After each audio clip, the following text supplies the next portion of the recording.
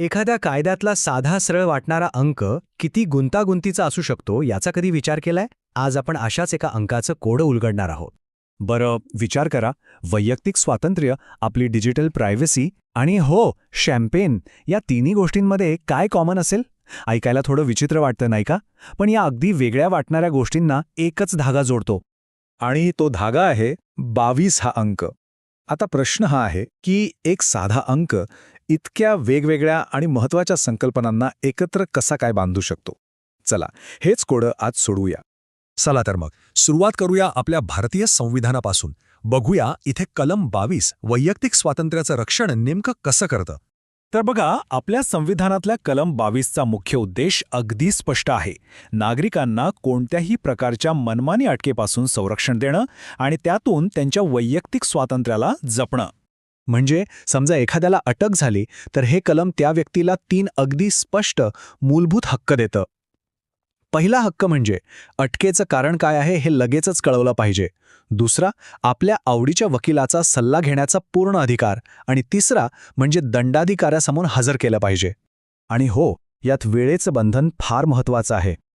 अटक केल्यापासून प्रवासाचा वेळ सोडला तर अवघ्या 24 तासांच्या आत त्या व्यक्तीला मॅजिस्ट्रेटसमोर हजर करावंच लागतं. विचार करा, हा नियम किती महत्त्वाचा आहे. यामुळे बेकायदेशीरपणे कोणालाही डांबून ठेवता येत नाही. पण गोष्ट इथेच संपत नाही. प्रत्येक नियमाला जसा अपवाद असतो तसाच तो इथेही आहे. याच कलमात एक अशी बाजू आहे जी थोडी वादग्रस्त आहे. एक अशी तरतूद जी राज्याच्या सुरक्षेला व्यक्तीच्या हक्कांपेक्षा वर ठेवते. आणि ती तरतूद आहे प्रतिबंधात्मक स्थानबद्धता, किंवा ज्याला आपण इंग्रजीत प्रिव्हेंटिव्ह डिटेन्शन म्हणतो. आता याचा अर्थ काय?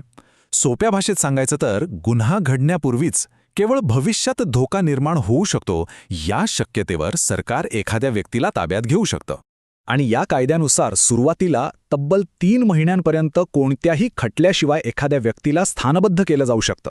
इतकंच नाही तर एका सल्लागार मंडळाच्या परवानगीने ही मुदत पुढे वाढवलीही जाऊ शकते. आता इथे एक गोष्ट लक्षात ठेवली पाहिजे.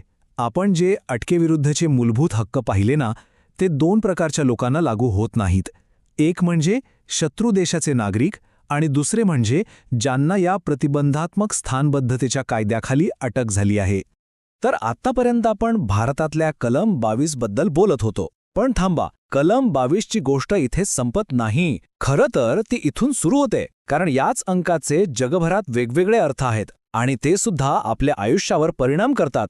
चला आता भारताबाहेर जाऊया, थेट युरोपमध्ये. तिथे GDPR नावाचा एक खूप महत्त्वाचा कायदा आहे, जनरल डेटा प्रोटेक्शन रेग्युलेशन. आणि गंमत म्हणजे या कायद्यातलं कलम 22 हे आपल्या शारीरिक स्वातंत्र्याबद्दल नाही तर आपल्या डिजिटल म्हणजे ऑनलाईन स्वातंत्र्याबद्दल बोलतं.